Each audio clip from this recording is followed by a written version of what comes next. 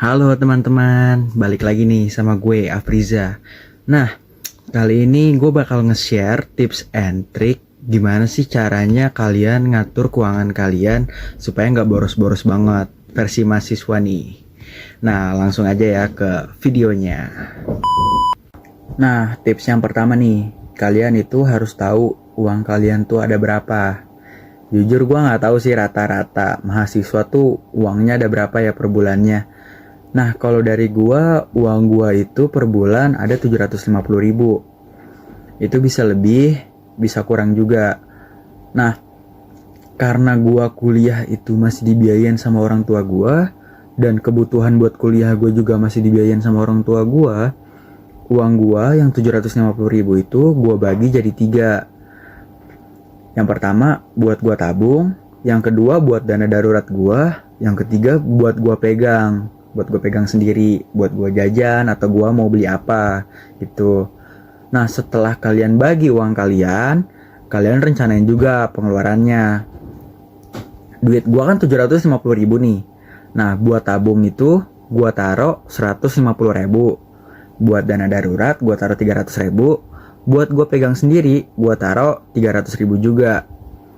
Nah, sebisa mungkin selama sebulan uang yang kalian pegang itu harus cukup dan anggaplah itu uang terakhir kalian gitu. Contohnya gue punya uang 300.000. Nah, misalkan selama sebulan uang 300.000 gue itu habis, maksud gue belum nyampe sebulan nih, uang 300.000 gue tuh udah habis gitu. Nah, ya udah, gue udah nggak punya duit lagi.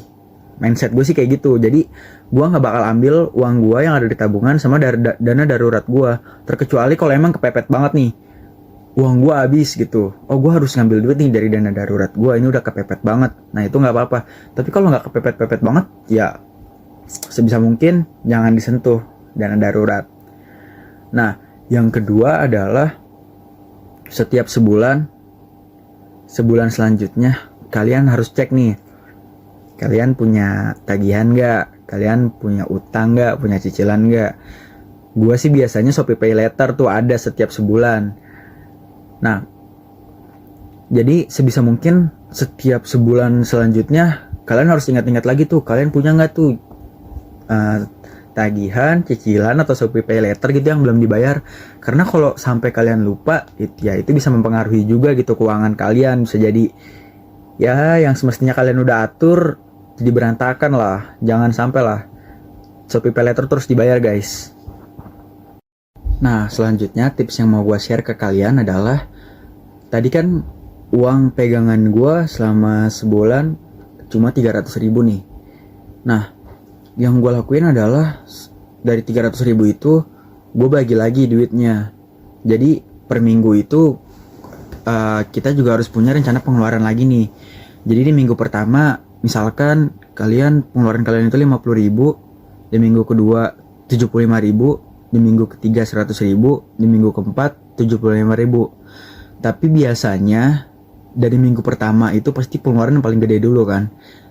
Dari 100.000, 75.000, 75.000. Nah, di minggu terakhir 50.000. Karena kita juga nggak tahu nih di setiap minggu tuh ada apa gitu. Bisa juga tiba-tiba ada teman kalian ngajak main yuk, pengeluarannya bisa lebih besar. Terus di minggu ketiga misalkan kalian gak ada pengeluaran sama sekali, di minggu keempat tiba-tiba pengeluaran besar. Nah, disitulah gunanya dana darurat kalian gitu.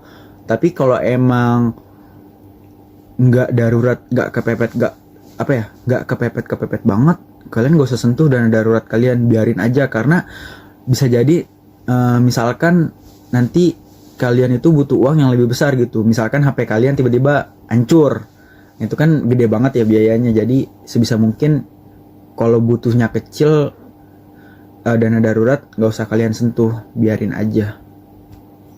Nah, teman-teman, segitu aja tips and trick cara ngatur keuangan versi mahasiswa nih. Terima kasih buat teman-teman yang udah nonton. See you next time di tips and trick selanjutnya. Bye-bye.